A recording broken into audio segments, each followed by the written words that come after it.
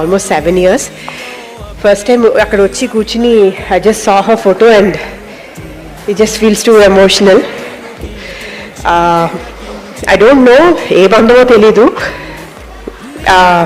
End of the day we are filmmakers, but ఇట్లాంటి cinema తీయాలంటే I just feel రాసిపెట్టి ఉండాలి, or she would have given us permission to make a film like this on her.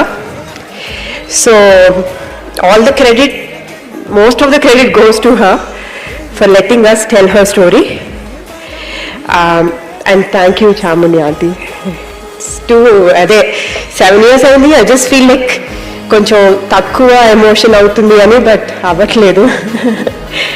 If I come for her 100వ birthday కూడా ఇట్లాగే ఉంటుంది.